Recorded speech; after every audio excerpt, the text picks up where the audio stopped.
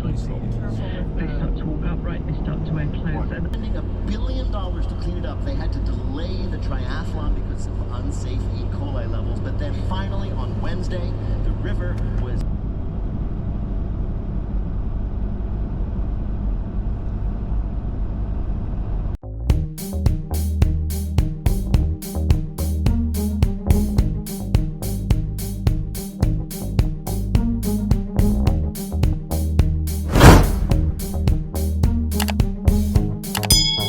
Driving through Toke, we're not going to stop this time. A month ago, a little bit more than a month and a day or two, we were here, and it was, what's that saying?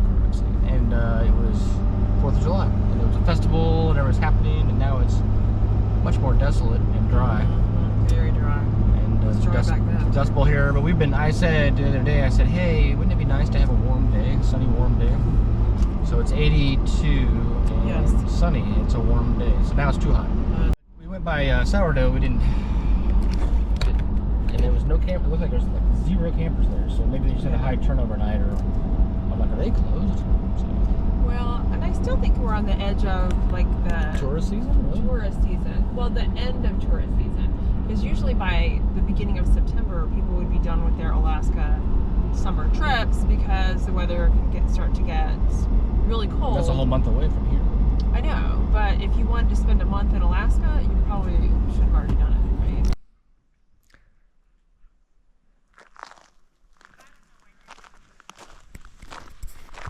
So it's our last day in Alaska, and we are boondocking, only for our 3rd time, and we had a mooch dock, so it's only our 4th time of not paying for a site after 1 month in Alaska. And I'm actually very sad to be leaving Alaska, but the only reward is that Canada is great, and we're gonna got a few cool spots picked out, hoping to hit the national parks, not Banff or Jasper because of the fires, but we're looking forward to some other stuff like Glacier. And yeah, and you know, still August 3rd, August 4th, so we need to take a slow roll so we can make sure to have the temperature change, hopefully at home before we get too far, before we get to the Dakotas and such. So this boondocking spot's pretty cool. I forget the name, but I'll put a, if this video makes it to the internet, I'll put a name on here. But yeah, trash cans, porta potties, and this little shelter here for cooking. When we got here, someone was actually cooking dinner, I suppose, but they've left. A few cars came through, but we've got the place to ourselves right now. It's great to have the dogs, get the dogs fetched. After we left at 10 and got here just at 5:30, so a long day for us of recent. So it's good to get the dogs some exercise. Yeah.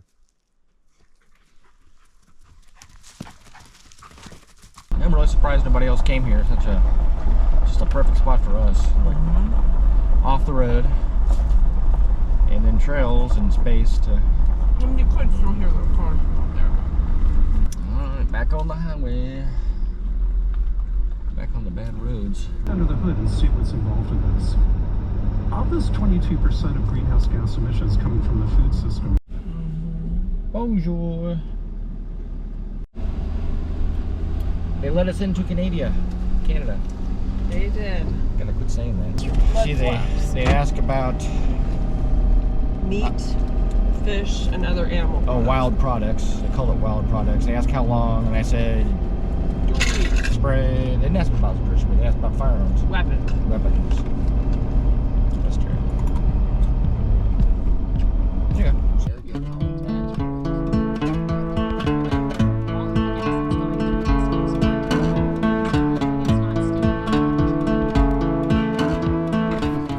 We're back to Cogden Creek Campground. It's probably going to be our only campground that we'll return to, and it's less busy this time of year versus we were here on Canadians Independent Day, and yeah, we've got a spot. It's like a buddy spot. It's on here next to the lake, and then behind us you can see the glacier. So super cool. We're gonna go try to take a dip.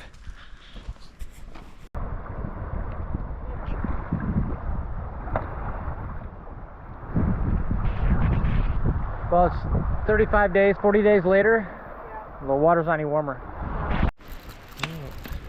All right, I'm gonna have to put this on one of my top Canadian campgrounds.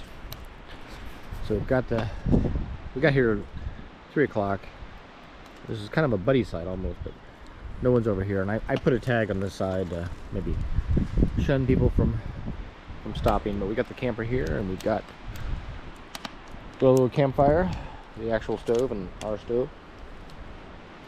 And then if you walk down just a few little steps,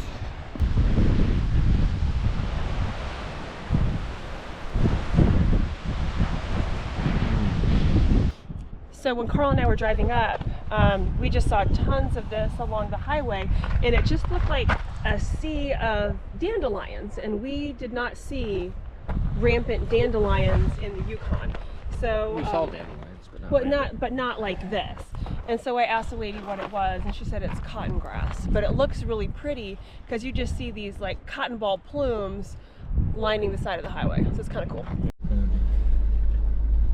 All right, bye-bye forever, Cogden Creek. Forever, we'll never come back. It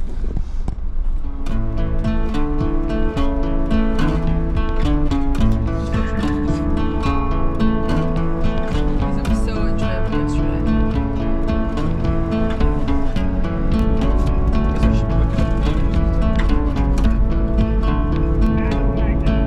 I think we passed this one.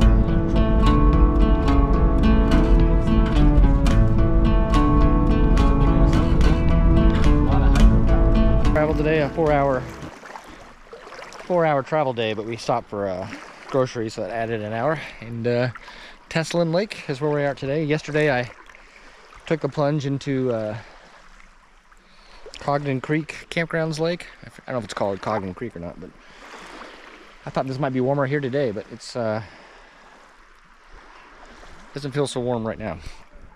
1, 2, 3.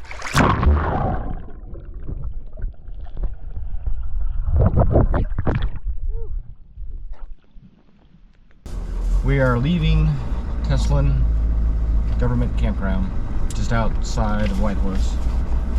And it's a fine campground. There's spots. It's got some semi-lake views, and but I will talk about the negative.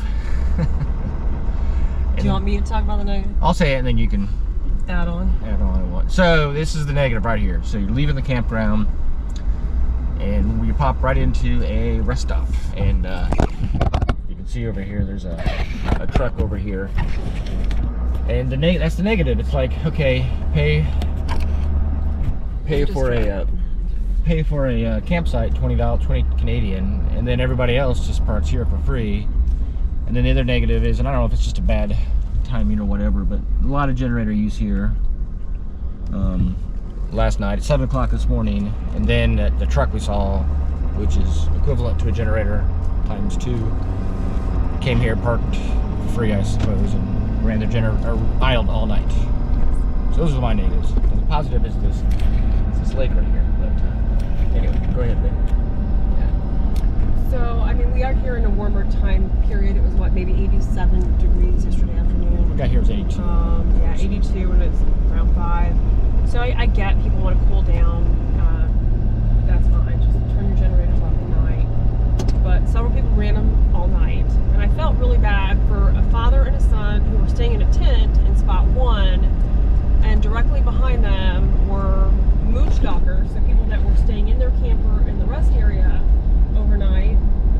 I get not wanting to pay the $20 Canadian, which is like $14.15 at today's exchange rates, according to Google. You know, I get it. You know, they provide you firewood. You can have a fire. You're probably burning more than $14.15 in firewood. Yeah, those are individuals which the campground can't control. No, but the campground could institute a no overnight parking in that particular rest stop, because, you know, I'm sure that father and that son got no sleep between the Class C that was behind it, and then right beside that was a semi truck, and then, you know, I mean, it was just like generator central all night long. I could hear it from our campsite, and my window was on the opposite side from all of that.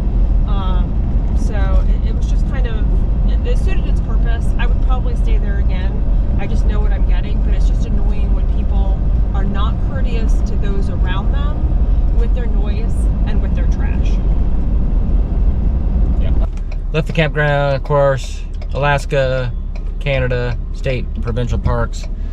No services, no water, no dump. And so I think this is Teslin.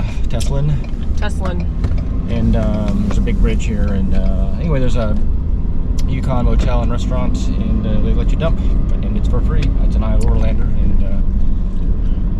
not the most pleasant spot, but it's at a good price. Joanne felt like she had to buy something, so we got some bread. Yeah, they have a nice little bakery inside. They have cookies, bread, like giant Rice Krispie treat things. So if you do go there and use it, consider going inside and giving them some business.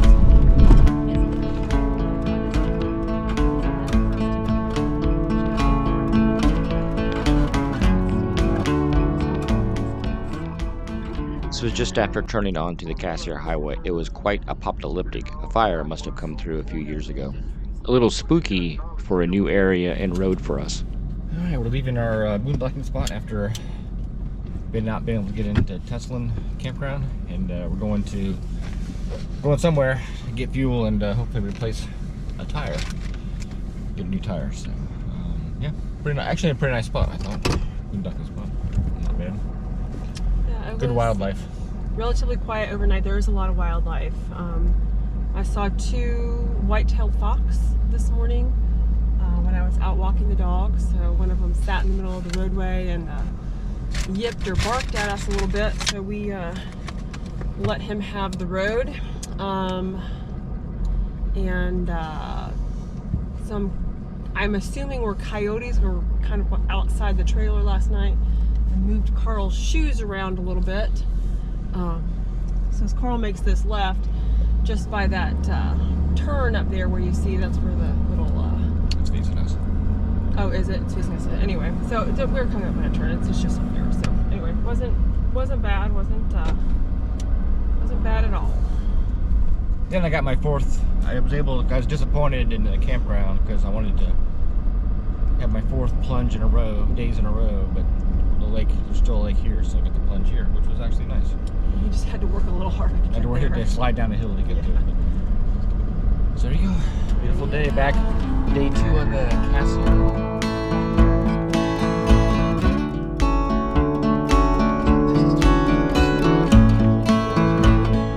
Alright, so we just pulled over and had a tire warning, and it was a tire warning on our brand new tire. So we at our last dry campsite, I'm like, hey, I've been concerned about this tire. I'm going to take the tire off. And we took the tire off, and then we're like, realized that, put the spare on, realized that the fancy rims on the trailer don't fit on our spare rack. And so anyway, so I'm like, well, whatever, that's weird. You had to put it back in the truck, take some space and such. And then I'm like, well, let me just check to see what kind of tire repair. Maybe we can just get a new tire. And so we found Charlie's Tire Repair in Dees Lake, British Columbia. Right.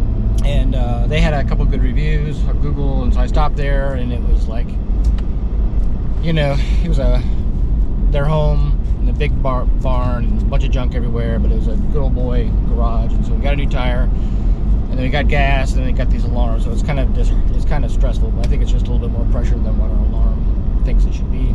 So but yeah, it's like, so apparently my axle might be bad, so we might actually look into getting a new axle. But it's funny because we're getting the tire. It's like, man, that tire was expensive. It's only a year old, and because it's a Goodyear Endurance, I have no idea what tire to put on. So he says it's a good tire, but who knows? And anyway, he's like, oh, this is going to be expensive too. But it was $280 Canadian. Right. So it's still less than what I probably would have paid. It is less than what I paid to put a pit on. So, right. And they did it in an hour. Yeah, they did an awesome job. Well, they did it in an hour. Yeah, they were nice people. He was also trying to help Carl with a nut for the spare tire holder that would work with the same wrench, if you will, as it's a different size. It's not a lug nut size. It would work. But I mean, it's super nice people. I mean, saw us on the fly and really just did a nice job. So I sent him an email last night, so he had responded at night that he had the tire in stock. So and he gave us a reference for his buddy in Prince George who makes axles, and so we're gonna stop and see them and see, because he said the axle that we had custom made a year ago is not good, and so we're gonna see about a new axle or see if there's anything they can do for us there. And I would have to probably agree with him, because on the both tires on that axle, which were new when we put the axle on it last, what was it, October? The tire on this side's old. Oh. It's 3 years old. Is it? Okay, well, both of them are wearing excessively on the inside. So it's getting very uneven wear versus the OEM original Dexter axle on the front. And it was a Dexter axle that we had a problem with the last time, so not saying that Dexter's better than anything else, but it's just, I guess my takeaway is if you're going to RV a lot and go on the road for miles and miles and miles, it's not, are you going to have problems? It's when you have problems, are you ready, willing, and able to take care of those problems? Well, I think we got lucky to find this guy, so I'm glad I did a search last night. No cell phone service anywhere, so the other thing that benefited us is having the satellite, having the toaster, or the Starlink, what we call a toaster, and being able to look it up. So yeah, I was like concerned about taking hours and hours and days, because yeah, in America that's what would happen, but here we were the only people there, and he took care of it. He did a great job, yeah, because we are between Dees Lake now and Iskut, and I'm not expecting to have cell phone service for This is what you see. a long time.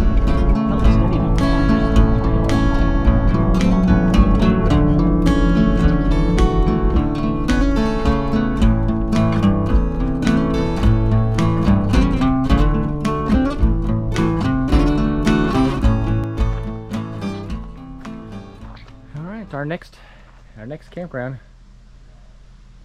We're not all set up, and I can't pronounce the name of the campground, I'm sure, but we got here at a little before 3, and that's kind of late to arrive if you want the best spots.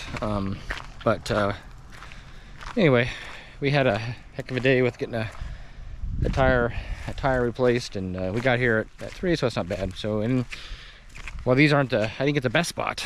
The best spot would be able to set in your camper and have a view of the lake, which we can see the lake, but you can't really see the lake. But walking down, you can see this, and I've already done a plunge. Well, the one nice thing about Canada and its provincial parks is it has recycling, so gotta make sure to drop off, as tomorrow or today we're gonna be in Alaska, and I'm sure no recycling. So, buddy, you want to tell people what you're doing? You're just helping yourself to the balls, huh? So if you have an opportunity and you're coming down the Stewart-Cassiar Highway, or up the Stewart-Cassiar Highway, and you need a couple days stay, I think that the Canaskin campground would be worth 2 days, especially if you score a lakefront spot. If you get there by 1 or 2, I think you can. Yeah, probably so. Anyway, but we're heading into some mountain ranges. We still see some snow up there, and look at this pavement. yeah, we'll see how long it lasts.